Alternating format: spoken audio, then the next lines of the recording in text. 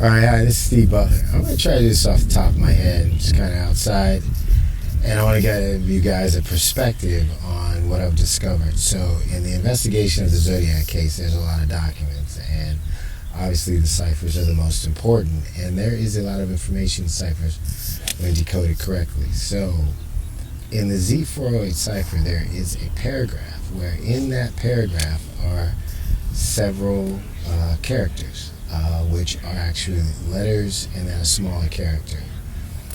During the discovery and investigation, we found a telephone number when we were looking at how meticulously the letters and numbers were aligned on the door of the car of Brian Hartnell at the Lake Berryessa murder. After Cecilia Seppi died, the killer actually took time to take a marker and to draw a message of his past crimes on the door, but it was lined up in such a way that we realized in 1960 there was something called new math, where they were putting numbers in columns. That's old school for today, but back then it was new. So we figured that that was a math problem. Upon doing the math problem, we discovered enough numbers where, considering the top line on the car door said Vallejo, we thought it was a Vallejo telephone number. So we downloaded a 1968 Vallejo telephone book, and all the prefixes were the same. So it was just about figuring out the other 7 digits. Upon doing that, there was only one phone number that was even close. It was off by 1 digit. We had 0, and I think its last number was 7, but it could have been intentional. And the name of that person was Albert Lee Terry Jr. But the telephone listing was very unique because it started with his last name, Terry, Albert Lee Jr. And we recognized that we had seen that before, but not as complete. And in the Z408 was a truncated line of characters, and when superimposed, it was Albert Lee Terry Jr.'s phone listing exactly as it was. So we knew that that person was for real. Upon researching him, we were able to do a background check where it said that he had died in 1971. And so in trying to investigate more information about him, it became very difficult. There didn't seem to be much information about him.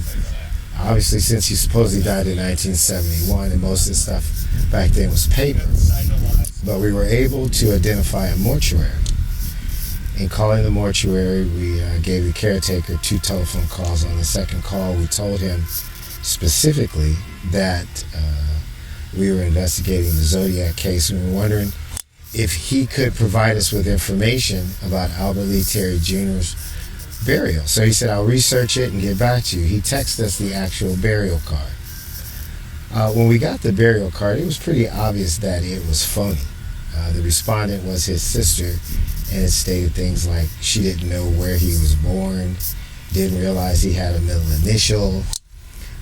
His birth date and death date were absolutely the same except for the years.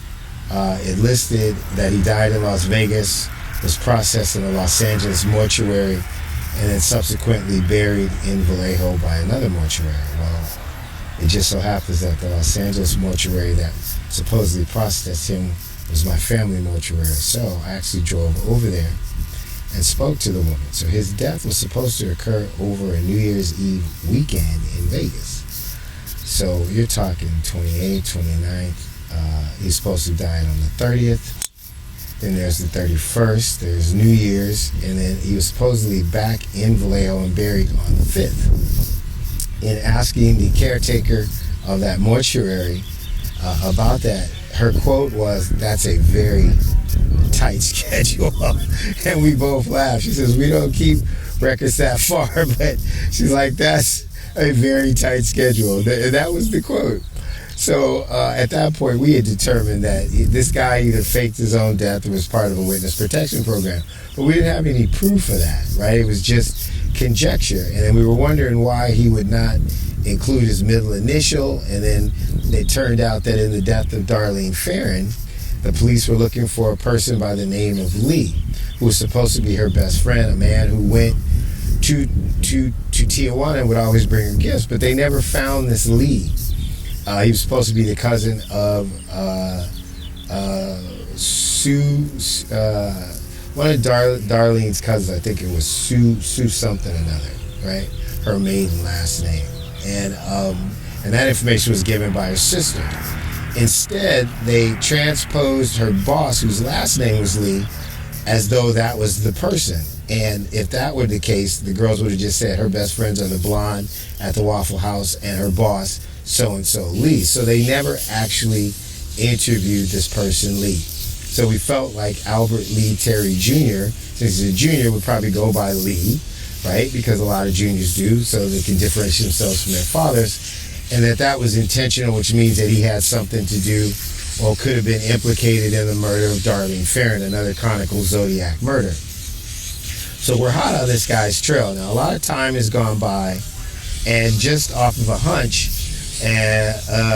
that came in a really odd way, something said, go back over the information released by the FBI under FOIA. And a lot of information was in 5 of 6 about the ciphers, but they were handwriting and letter analysis in the other ones. And, we don't have the handwriting cards, so there's nothing we could do. But it was odd. In number 4, there was this series of letters, one that went to a sergeant at Vallejo, and the others that went to the FBI, concerning an individual whose name was redacted, that they said had become obsessed with the Zodiac case. And these letters were in reference to this person lending their expertise in astrology, as if the Zodiac was deeply involved in astrology and was setting up the murders based on an astrological forecast. What was really odd was that in one of the letters, the person said, I'm an amateur, right? So we wonder, why would the FBI have these letters in the case file? It didn't make any sense whatsoever. So then in reading the letters, we came upon this one line where he's recounting the deaths of these other unrelated people in this letter, and says something about finding information about a new witness protection program as a throwaway line. That was very strange. There was no reason to include that, had nothing to do with it, and there was no follow-up, right? And then it goes on and rambles about these murders, some dates, and so on and so forth. But what we have found out now, because we recognize Albert Lee's signature, he puts his signature on everything that he does, and apparently he was kind of like radar. He was like the communications guy. He apparently seems to be the person who constructed the letters that the Zodiac communicated with, and he embedded images, and in each one, like an artist, he would put his signature, an AL, another L, and sometimes a smaller emblem representing Junior. So in this letter, there's a word that's supposed to be all, and it's AL space with a 1. It's like a digital signature, just like we would type these days to do a digital signature when you can't sign. And we started saying, okay, there's more to this than meets the eye. And in further investigations, seeing the Witness Protection Program, we realized that this was a proffer. There were paragraphs in the letters that are saying what I could do for you, I could help you out. And once you understood what it was, it started to read exactly like what you would do for a proffer asking to be in the Witness Protection Program. Right? And so we did further investigations, and now, considering the numbers and letters and dates on the burial card, we're convinced that we can determine directly from the letters in the FBI information that they were discussing how to fill out that burial card and the scenario of how this death and new identity would occur.